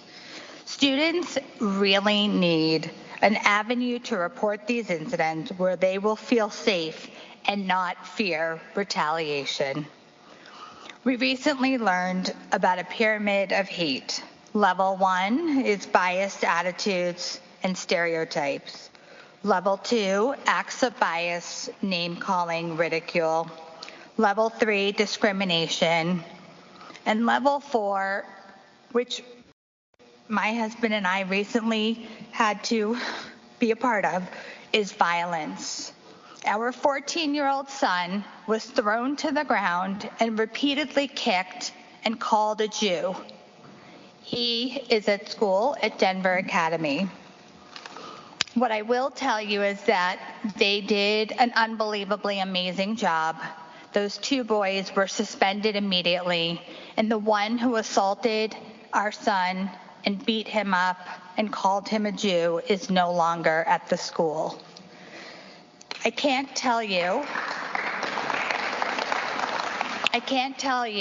how hard it is to be a parent of a child who has been physically beaten. I cry myself to sleep every single night thinking about my son on the floor in a ball, screaming and worrying and fearing for his life. However, it's very real, and it's not just in the Cherry Creek School District, it's everywhere. And I really believe that we need to take this, every incident. Thank you. Your time is up.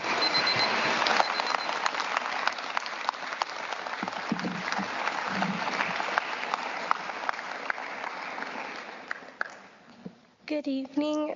I'm Ollie Litsky. I go to Campus Middle School. I was in a science class, and we were all in little groups. And this boy from another group came up to my group to say hi to all his friends. He seemed really nice and kind, but all of a sudden he started talking about how his brother and his friend told a Jewish kid to go back to the gas chambers. And since I'm Jewish, that really offended me. So I told him, why would your brother and his friends even say that? And why are you sharing this to us now? Like, what's wrong with you? His eye was furious. He then responded to me saying, well, why would you care? You weren't even there, and it doesn't even matter. And that's where he was wrong. It did matter to me because on my mom's side of the family were all the Holocaust. They were all in the Holocaust. So I spoke up once again, and I said, actually, it does matter to me because I'm Jewish, and people shouldn't be saying anything like that. This is where it shocked me the most, and I was devastated. He had a disgusted face on his. He had a disgusted look on his face, and I was kind of scared what he was going to say. He opened his mouth and said, ew, then you should go back to the gas chambers too. I didn't fight back. I just stood up and left. This left me scared to go back to school every single day from that point forward. This is because I reported to the dean and we talked to them, but as far as we know, he hadn't been disciplined. And he had always been at school every day since. But not one single thing has happened to discipline any student at our school for anti-Semitism. If they were to be disciplined, expelled, or suspended, that would be against them for standing up for themselves. But the kids that actually started things and said very cruel things don't get disciplined whatsoever. So no students that is different in religion, color, or anything else would have to be scared to stand up for themselves and fear to be punished because people aren't doing anything.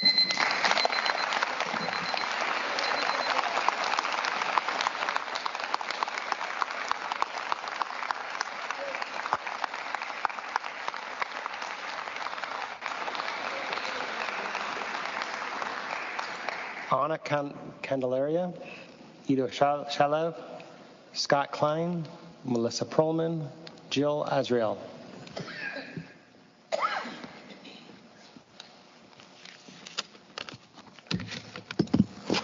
Hello, good evening. My name is Ido Shalev and I'm an 8th grade student at Campus Middle School. I moved from a private Jewish school in Los Angeles where anti-Semitism was something I only learned about in theory. Unfortunately, here in Denver, I experienced it multiple times, which is what made me and brought me to take the risk of being called the snitch and take action to report the swastika drawings in the hallways. Let me give you a few examples of what I experienced here. I was told I need to leave the school because I'm Jewish. High schoolers from Cherry Creek High School proudly walked with the Nazi salute held up. Someone told me during recess, come play basketball with us, you Jew. And more comments that you could read about in the papers that you have in front of you. The school teaches about World War II, but does not mention one of the biggest genocides in history. Is the brutal execution and torture of 6 million Jews not significant enough to be mentioned during World War II studies? International Holocaust Day isn't even mentioned. However, other historical events of other minorities are, rightfully so, as they should be, but so should Jewish ones. Jews are only 2.4% of the population in the United States, yet over 55% of the hate crimes are towards Jews. Extreme situations require extreme actions. In West Middle School, kids drew swastikas on notebooks and on lockers. In campus, it was on kids' hands.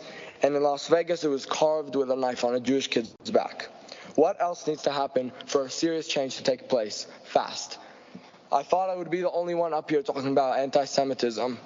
And it's so unfortunate that there's so many people who have these issues. And these are only some of the people who face these challenges on a daily basis. And kids who feel unsafe walking through the hallways just because of the fact that they're Jewish. Thank you very much.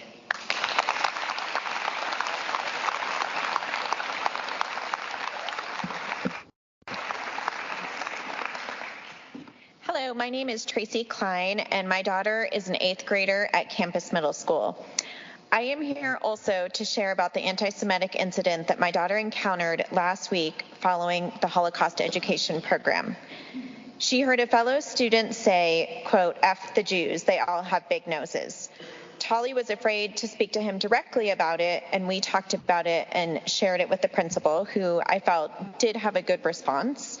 However, I think that it just showed such a lack of understanding. To give a little bit of context where we come from as well, our family took a spring break trip to Germany and Israel to see where our family lived before the Holocaust. We learned that my great-grandparents were sent to concentration camps, which we did not know before this visit. While we were in Germany and in Israel, we visited many Holocaust-related museums, and the main thing that stuck out was that it was this subtle hatred, comments like the ones that we're hearing now, that allowed hatred to fester over time, over a long period of time, that eventually led to something like the Holocaust being able to happen. We learned that the way that people justified the hatred was by saying that Jewish people were subhuman.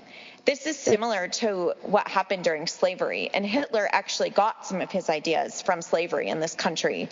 So when we look at how to educate around racism, around anti-Semitism, we have to look at what it is that is coming into people's minds. And when we can dehumanize or separate, we lack connection. So ultimately, what I think in coming up with this program or task force is to really focus on connection and empathy and understanding.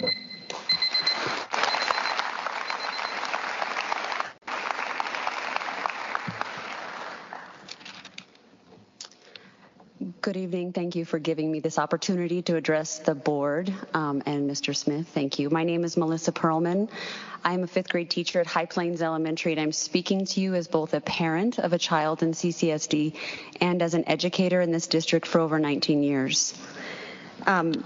Throughout my time in Cherry Creek, I've always appreciated that our school district will accommodate and appreciate students of all cultures, religions, races, and ethnicities. I have been able to participate in things like Islamic immersion programs, and then also some LGBTQ programs at our school. These kind of connections are essential. In addition, with all of the uptick in anti-Semitic activity in our area near High Plains at Campus Middle School, it is essential that our school take a zero tolerance, very clear, decisive policy and action for these kinds of instances. Coming from High Plains, it can be unclear as to what the actions were at Campus Middle School. That creates fear within our community, the younger students, parents who are not totally aware of what's happening, and of course our staff. Knowing that things like swastikas are being presented right down the street is scary. It's scary for our kids. It's scary for our teachers. It's scary for me.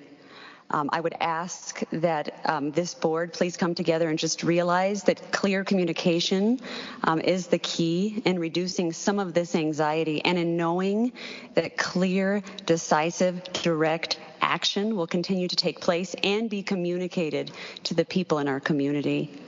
I did just want to mention, we did visit Campus Middle School recently, and throughout my 19 years, I have had to teach through things like mass shootings in our state, 9/11 aftermath, and of course, COVID-19.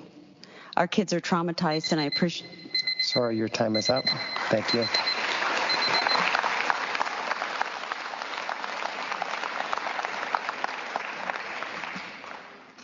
Good evening. My name is Jill Azrael, and I appreciate the opportunity to speak on the anti-Semitism that my son has experienced at Campus Middle School, as well as what I've heard from other Jewish students, both at campus and at Creek.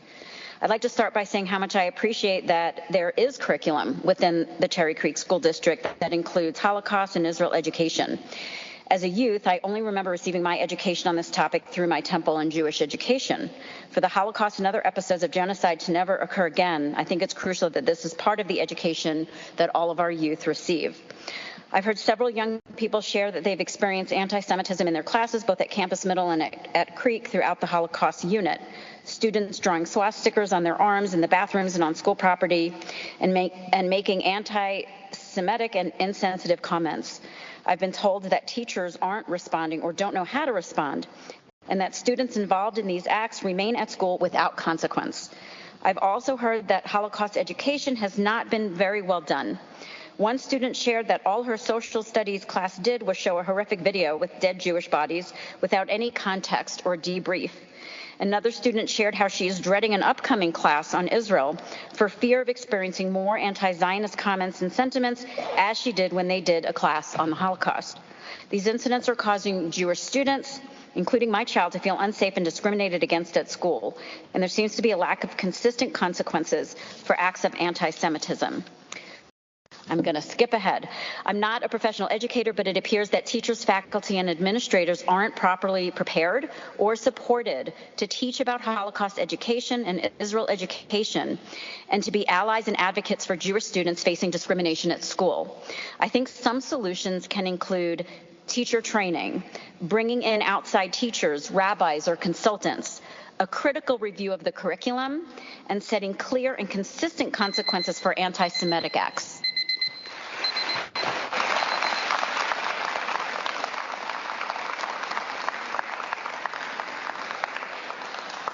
Deanna Buckner, Mark Perlman, Unsuk Zucker, Nancy Wertzman, Scott Levin, Justin Gilmore.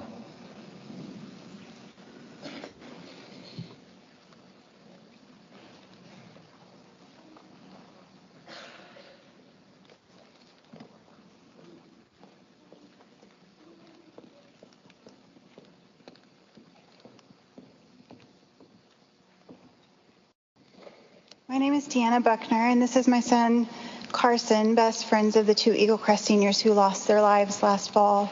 As we near graduation, I ask that you take a moment and imagine this. The baby you once held in your arms has started their senior year. They're thriving and enjoying every moment to the fullest. You're starting to plan for prom, graduation, and whatever comes next, and all of the things mentioned tonight.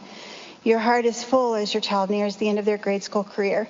In the blink of an eye, on a seemingly normal day, your plans come to a sudden halt when your child is killed. You're now forced to plan a funeral and bury the child you have loved every second of your life. Although your world is shattered and you can barely find a way to breathe, you feel pride. You are proud of the child you have raised because you realize how many lives they touched. Your final attempt to find solace is to hear their name called at the graduation where they were meant to walk. But the simple expectation of your child's high school honoring them at graduation is shot down in a heartbeat. The district is deciding what is best for you. The district is afraid that acknowledging a life lost may trigger someone else's grief. The possibility of someone else feeling pain if your child's name is read out loud overpowers the unbearable pain you feel of losing your child. Honoring fallen soldiers, first responders, and athletes may trigger someone's emotions, but our military, fellow firefighters, and the NFL incorporate empathy and respect for their fallen. Once a Raptor, always a Raptor has no meaning if you erase the students and teachers who lost their lives while part of the Eagle Crest family. Words matter, and simply stating the names of lives lost is showing respect for the lives they lived. On behalf of Ryan Nolan and Jaden Alvarado, we ask that you save the seats and say the names of these two wonderful young men and let the families accept their diplomas at this year's graduation ceremony. Thank you for your time.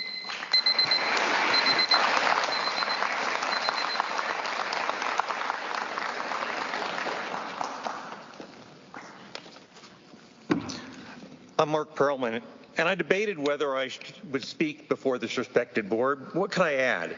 But two quotes from my childhood kept coming back to me, so here I stand. Martin Niemöller was a prominent German theologian and Lutheran pastor and a survivor of the Dachau death camp. He said, "First they came for the socialists, and I did not speak out because I was not a socialist. Then they came for the trade unionists, and I did not speak out because I was not a trade unionist. Then they came for the Jews, and I did not speak out because I was not a Jew. Then they came for me, and there was no one left to speak for me." Jews were not the only Nazi victims. When you see a swastika, you may see a geometric figure. When I see it, I see an insignia dedicated to the death of my forefathers, myself, my children, and their children. I also see an insignia dedicated to the death of those with disabilities, gypsies, homosexuals, blacks, the list goes on. How do we know if this incident at campus is a result of a stupid childhood prank or something more? Here is the chance for this board to show that this will not be treated as a simple prank. There must be a line in the sand drawn now and a warning sent not to cross it. These implicit threats require appropriate due process, of course, but this needs to be followed by definitive action. We must provide all children a safe space to learn, free from threats and racism. The second quote is from the teachings of our fathers, the Pirkei Avot. Imein ani mili. It begins, "If I am not for myself, then who will be for me?" It ends, "And if not now, when?" I ask this board, if not now, when?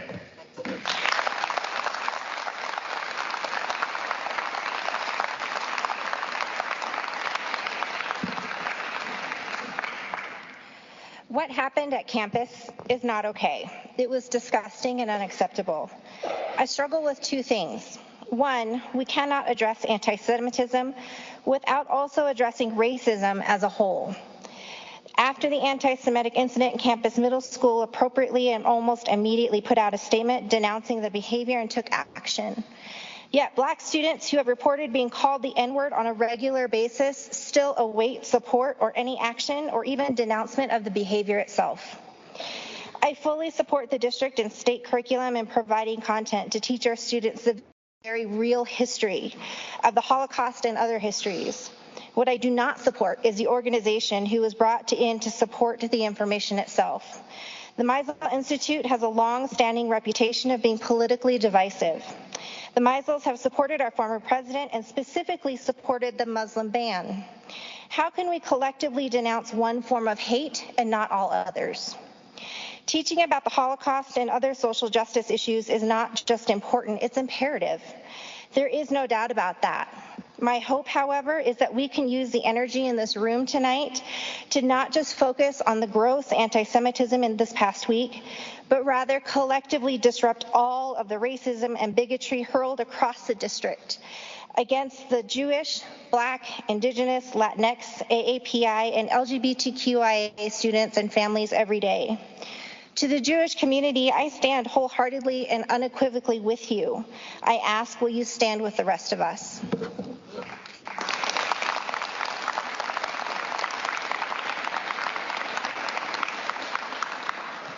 Good evening. My name is Nancy Wurzman. I'm the president of STAR, the nonprofit corporation of community members fighting the Lowry Ranch cap.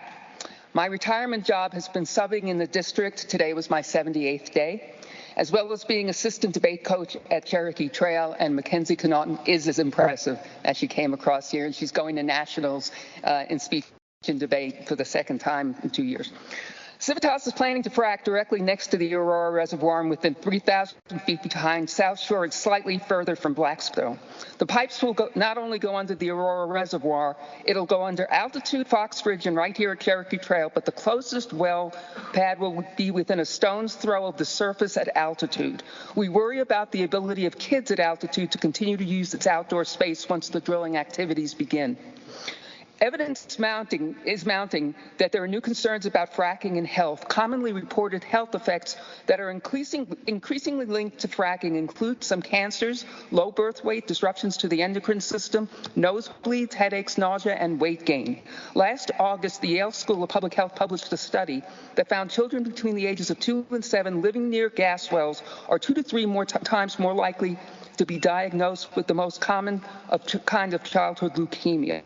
We're also concerned about mental health in our community, especially when it comes to our children.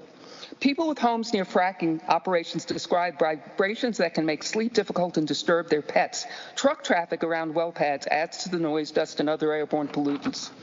We understand wanting to wean ourselves from foreign oil, but the communities surrounding the Aurora Reservoir are pretty much the only development from here to Kansas.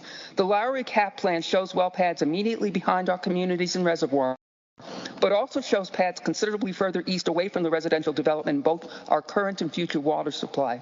We need your help to support moving the drilling away from our kids. Thank you.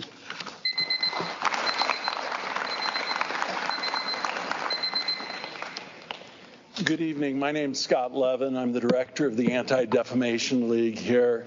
And before I do anything else, I want to first say just how proud I am of our community that's shown up tonight to be able to talk about the very real consequences of what anti-Semitism has been, and especially to the students that have been here before you. We measured last year 3,697 anti-Semitic incidents in the United States, an increase of 36%. And in K through 12 schools, we measured 495 incidents. That was an increase of 49%. But what I'm really feeling here tonight is how little we know, how little we measure. Just from what you've heard in the audience, these aren't all things that come to us, but they are things that come to you, things that come to teachers, to principals. We have had the opportunity to work with the principal at CMS. We're hopeful that there'll be some programs that will be coming out during the upcoming weeks. Unfortunately, these things often happen at the end of the school year. So what I'm going to ask you is let's think a little more proactively. If we're talking about changing the culture and climate, it can't always be after the anti-Semitic incidents take place. We need to work on them ahead of time. Work with you at your level on the school board, with the superintendent, and welcome to your new year, with the superintendent and with the educators, and then with the students. But let's try and take a more holistic approach to changing culture and climate. Want to let you know that we'll be there. And I agree with what was just said. Our mission is not only to stop anti-Semitism, but also to secure justice and fair treatment to all. And we're really talking about everyone. But tonight, we've got to tell you, Jews count also. Thank you.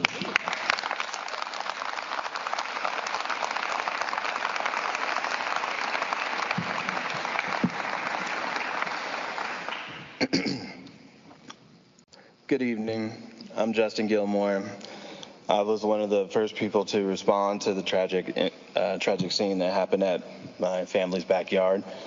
The events that transpired there that day changed my family's life forever. Not only did we witness the 2 young lives taken away too soon, we also experienced a true blessing through Jaden Alvarado and Ryan Nolan. We got to feel the love and warmth that they brought to the world while they were here. Visitors from all over Colorado came to my house and to say their condolences. Friends, families, peers, they all would tell us the stories about how both of them would come into the room and make it brighter with just their smiles. The impact of this accident has had an unbelievably profound impact on the community. The impact that has been on the kids this year is something that no one should ever have to go through. We understand that there are policies and procedures and practices, but there's no better time for a change than now. Jaden and Ryan have been in the district since they were kindergartners. They both put in the work, and they should get acknowledgement from the schools that they deserve. This will be the last time that their peers will hear their names in celebration. Just one more reminder to them that Jaden Alvarado and Ryan Nolan are here to celebrate and have a good time. Thank you. My time.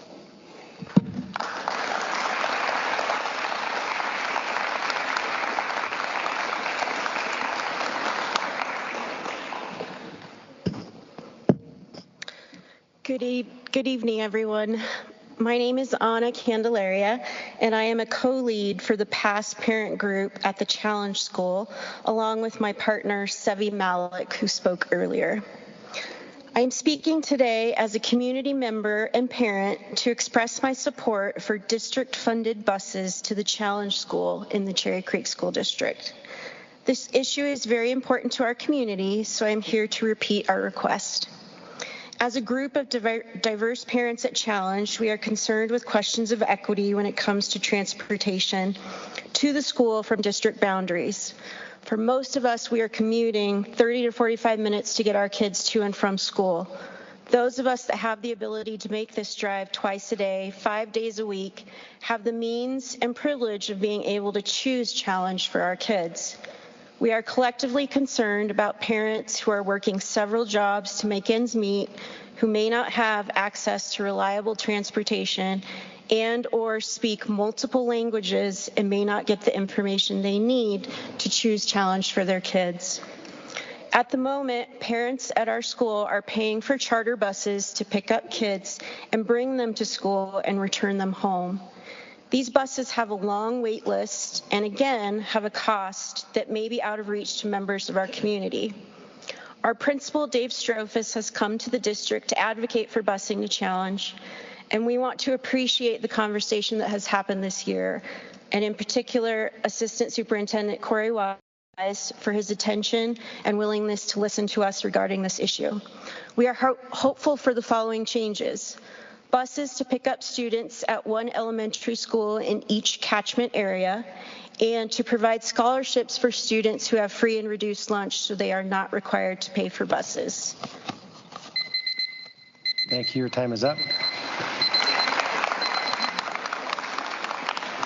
President Bates, that's all for tonight. Okay, thank you very much. It is at this time, before we move on to the consideration of the resolutions, are there any resolutions board members would like to pull or to discuss? Seeing as there are no discussions, may I have a motion to approve the consent agenda, resolutions 23.5.1 through 23.5.14? I move to approve the consent agenda, resolution 23.5.2 through 23.5.15. I believe that was resolution 1 through 14. The first resolution starts with number 2. There's no resolution number 1, so Janice read it correctly. Thank you. Sorry. Okay, so is resolution 2 through 15 I apologize. Resolution 23.5.2 through 23.5.14. I'm sorry, Ms. McDonald made a second. A first? Is there a second? Second. Any discussion? May I have the roll call, please? Directors Allen. Aye. Bates. Aye. Egan. Aye. Garland. Aye. McDonald. Aye. Thank you. That motion carries.